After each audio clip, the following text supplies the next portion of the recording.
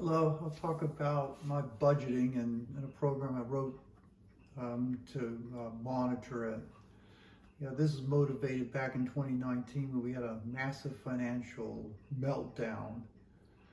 So I needed to know where the money was going because my wife was handling it and she unfortunately had dementia, which I think kind of what caused a lot of the problems here.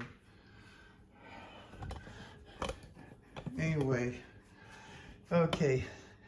Basically, the program has this file, and I put in all my expenses in here to see if I can do this one-handed. So you put the date in here, um, 05, and this expense went in on the 27th. Then you put in the hour here, and actually this is an arbitrary number. As long as it's anything less than 24, it just allows you to put in multiple expenses. So they don't occur simultaneously in time, for the plotting purposes. So anyway, just put the amount in here, and yeah, I spent way too much money on supplements, but that's what this was for. I bought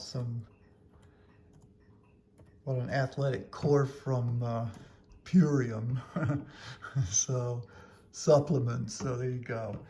Then you go over here. Then go ahead, run the program here. And we'll just get the grand total, and boom, there's the time series of my money, basically, starting back in 2019. And there's different ways to plot this I'll show you, but you can see for a year and a half, we were in a very tight lockdown. The money was going down to almost zero, and then finally started pulling out when we got some really critical things paid off. And then the next plot, which makes absolutely no sense, but I'll show it better, is it's got all these itemized expenses tracked out over time. And as I can subset this so that way this looks a lot more cleaned up. Anyway, this shows actually the money tracked by years. The years are overlaid. So as I say, 2019 and 2020 were pretty rough years, even the beginning of 2021. But then, as I say, we started pulling out of the financial lockdown. I won't go into details what happened there, but yeah, sad to say, it was very stressful. And then, here again is this itemization plot. I've only plotted a few items. Generally your utility type things, but the black line's the food. That's my big expense. Yeah, supplements are down around here too. I spend way too much money on supplements. Anyway, the way the program works is that you that file, you put in all the items, and then you assign a name to it, a category, if you will.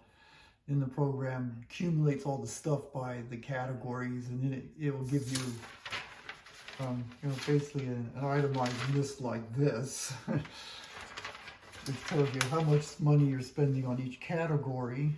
And I've got it separated by year. I don't do it by month because some things just don't come in monthly. So what I've done is I've just taken the yearly amount divided by 12 to get an average month, and just kind of made a summary table here. So anyway, this is the summary table, and my goodness, look at all the categories. 33 of them. And I guess at the top of the list is investing. I guess I invested $44,000 last year, so that's good. That means I'm saving money. Then the next item is the mortgage, and then the next item is food. Or no, sorry, property taxes. And after that was food. I guess I spent $6,374 on food last year. And yeah, so that's $531 a month. So notice this, supplements. I guess I'm spending $193 a month on supplements. So I guess, yeah, I I'm a lost and desperate soul. I want to get strong and fit and look good. So anyway, this is what I thought was kind of interesting. Okay, so let's talk about the big four. You've got the house mortgage, the property taxes, insurance, and repairs. And when you add all that, those four, the big four of home ownership, add that up, that comes out to about $4,100 a month for me.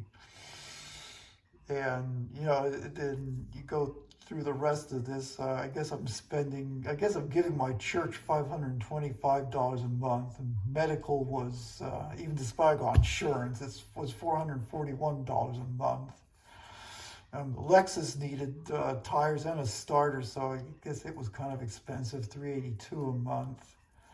And my truck needed tires, and it's in the shop right now too, so that was $266 a month. Cars are expensive, especially the repairs. The credit card, I've been spending $250 a month, but that's on an interest free right now, because part of the financial meltdown was that they're charging the card off interest free, so I'm paying no interest on that, so I'm just taking my sweet time to pay that off. And yeah, I think I'm under 4,000 on that now. I could pay it off, but why? It's interest free.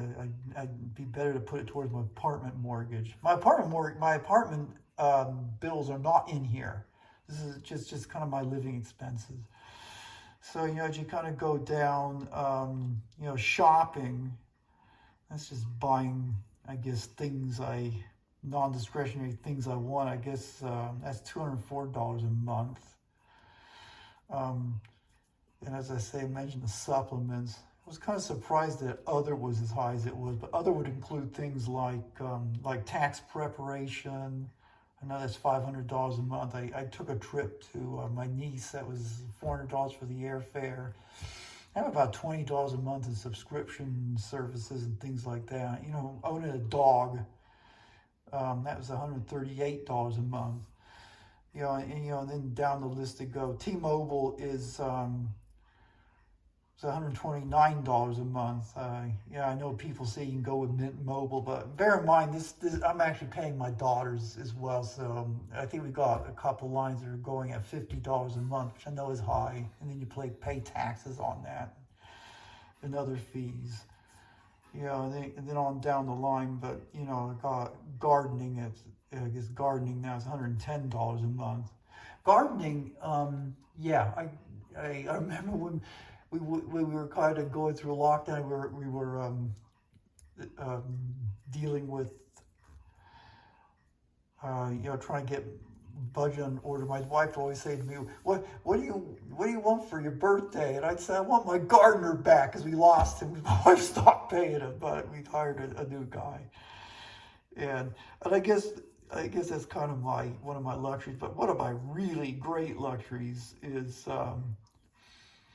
let's see, do I have her in here? Thelma. So, and as I say, she was in, yeah, Thelma right here. She's my house cleaner. I love that woman, and that's one of my luxuries, because she comes every 2 weeks, cleans my house, charges me $100 each time. She had a back surgery last year, so she actually was probably off for 3 months, so that's why that bill is actually quite low. But believe me, I'm not giving that up. I mean, I'll give up my shopping. I'll give up my gym membership before I give her up. I mean, that's very precious to me. And so on down the line. I know I don't spend a lot on charity. I guess maybe I'm a Scrooge, but I do give a lot to my church, so I think that kind of counts. So, yeah, these are. Yeah, as I say, this is my budget for what it's worth. Oh yeah, one thing I wanted to show is, I was thinking, okay, I look at my projected Social Security incomes. How much of this does it pay for? So, You know, I guess being a good retired person, baby boomers thinking about his Social Security all the time. So if I retire at 70, I'm projected to get a $4,852 payment. 69, 4,458. At 68, it's 4,143. And so these little lines go down here. So basically the Social Security, 68 will pay for all this stuff down below here, and then 69 is a little bit higher, and then 70 it's a bit higher. So that's what that's about. So yeah, this is what a big push to getting my apartment loan paid off is a big deal. And guess what happened today? I got 2 letters.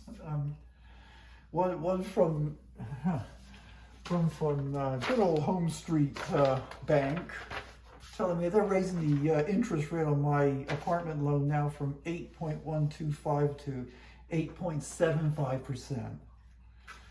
So yeah, this has been the focus of my attention, is to get that paid off as quickly. And then I got a letter from my insurance company. They actually sent me a refund check of $471. Yeah, I was surprised. But here's one thing I want to get an education about variable rate mortgages. I've been aggressively paying this down. So with a variable rate mortgage, in a sense, because you're aggressively paying it down, you're effectively like refinancing the loan a bit. And so even though this is my P&I payment now at this interest rate, but because I've aggressively paid the loan down, now I'm down to here. My P&I now is actually gone down quite a bit, even though the interest rate's higher. And that's because the term actually stays fixed. And, this is one thing of interest. Now, if you have a fixed rate mortgage, the interest rate stays constant, which is good. But if you pay down your mortgage quite a bit, the payment will never adjust, but the term will adjust. You'll just have fewer months to pay it off. That's just for information. So yeah, actually, I think I live pretty simply, but boy, it's expensive. I told my financial advisor, because if you add up all those numbers up minus the investing, it's costing me about $8,300 a month to live here. And so I asked my financial advisor, I said, okay, set me up with a retirement plan that gives me this kind of income. so he's done that. He's got different plans. So yeah, he says I should be okay. But here's one thing I did learn, just for people planning for retirement and stuff like that. One financial advisor, I guess, looked at the question of, okay, you got a 401k worth so much amount of money. I think it was like $500,000, and then of course you can retire at 62, say. So what's the best thing to do? Take your Social Security at 62 and take less out of the 401k. Or do you defer the Social Security to 67 and take a lot more out of your 401k and say, which one of these is more inflation-proofed? That was the question. And I don't remember all the numbers he threw in there, but boy, it was like if you took the Social Security early, it was like only a 15% chance that this plan was going to survive 30 years. Whereas if you did the other plan to defer the Social Security to 67, with the high inflation, your chance of success went up to like 80%. So yeah, I guess it's a good idea to defer Social Security if you can, if you think a lot of inflation is coming your way. So anyway, thanks for listening. Bye-bye.